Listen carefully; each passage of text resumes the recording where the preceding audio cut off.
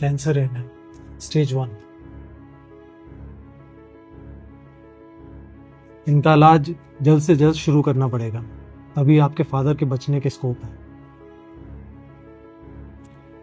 और खर्चा कितना आ जाएगा डॉक्टर साहब इलाज में? 10 लाख तक का खर्चा है। 10 लाख? इतने पैसे कहाँ से आएंगे बेटी? देखिए, शुरुआत में लगेगा और इसके बाद बाकी खर्चे भी हैं। कैंसर का इलाज बहुत महंगा इलाज है।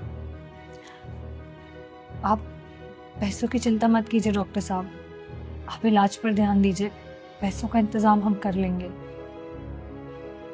ठीक है, तो आप इंतज़ाम कीजिए, फिर हम प्रोसेस शुरू करते हैं।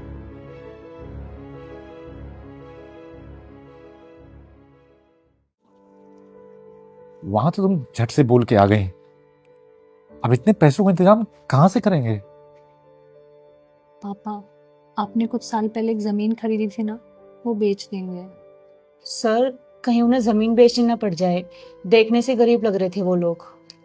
तो मैं क्या करूं, पैसे भी तो कमाने हैं हमें। लेकिन सर, रिपोर्ट्स में तो कैंसर आया भी नहीं उनके, मामूल सा चेस्ट पेन था बस। आपने किसी और कैंसर पेशेंट की फाइल उन्हें दे दी।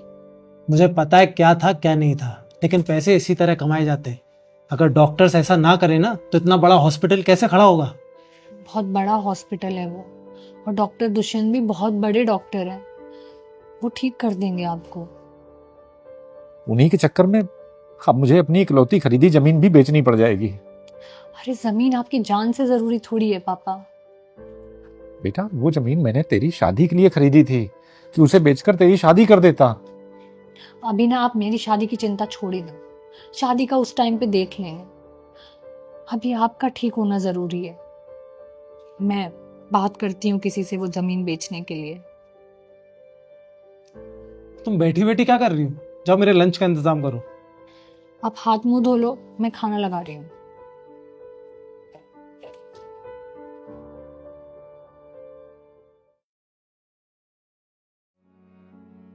ओ, पैसे ले आइए आप, जी डॉक्टर साहब, ले आई हूँ। काउंटर पर जमा कर दीजिए, फिर आपके फादर का इलाज शुरू करते हैं। ऐसी भी क्या जल्दी है डॉक्टर साहब? कोई और भी आपसे मिलने आया हुआ है, कम से कम उनसे तो मिल लीजिए। कौन आया? अरे सर, अंदर आ जाइए।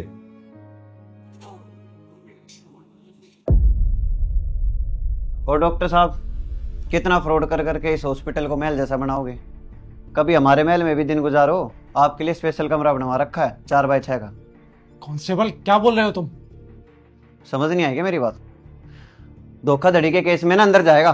जो तुम मरीजों को झूठी बीमारी का बहाना बता के उनसे लाखों रुपए ऐंठता है ना, उस केस में। क्या बकवास कर रहे हो तुम? मैं यहाँ अपना काम ईमानदारी से करता हूँ, यहाँ के मरीज मुझे भगवान मानते हैं। आवाज नीचे करके बात कर, तेरे हॉस्पिटल का स्टाफ न्यू है और भगवान मानते ना तुझे यहाँ के लोग। भगवान ऐसे फ्रॉड करता है? सुन, लेकिन सर, रिपोर्ट्स में तो कैंसर आया भी नहीं उनके, मामूल सा चेस्ट पेन था बस। आपने किसी और कैंसर पेशेंट की फाइल उन्हें दे दी। मुझे पता है क्या था क्या नहीं था, लेकिन पैसे इसी तरह कमाए जाते हैं। अगर डॉक्टर्स ऐसा ना करें ना, तो इतना बड़ा हॉस्पिटल कैसे खड़ा होगा। साला, ये तुमने ठीक नहीं किया। ठीक तो आप नहीं करते अपने मरीजों के साथ। आई एम सॉरी सर, लेकिन आपका ये फ्रॉड मुझे बाहर लाना ही होगा। मुझे पता है क्या था क्या नहीं था, लेकिन पैसे इसी तरह कमाए जाते हैं। अगर डॉक्टर्स ऐसा ना करें ना, तो इतना बड़ा हॉस्पिटल कैसे खड़ा होगा।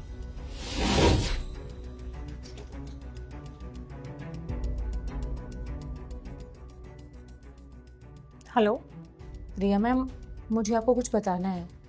आपके फादर को कैंसर नहीं है। क्या?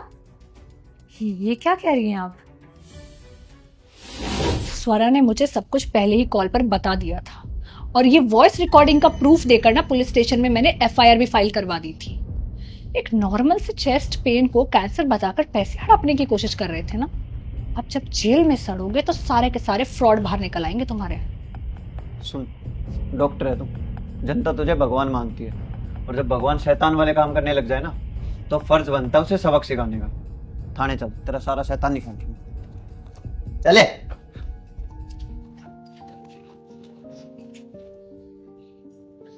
थैंक यू सो मच स्वरा। कीचड़ में रहते हुए भी तुमने अपने हाथ गंदे नहीं किए, और तुम जैसे कुछ ही लोगों की वजह से ना मेडिकल जैसे नोबल प्रोफेशन की इज्जत भी बची हुई है। Thank you so much. Thank you ma'am. और आप अंकल की चिंता बिल्कुल मत करो, मैं इनको अभी करेक्ट दवाई लिख कर दे देती हूँ, ये जल्दी ही ठीक हो जाएंगे।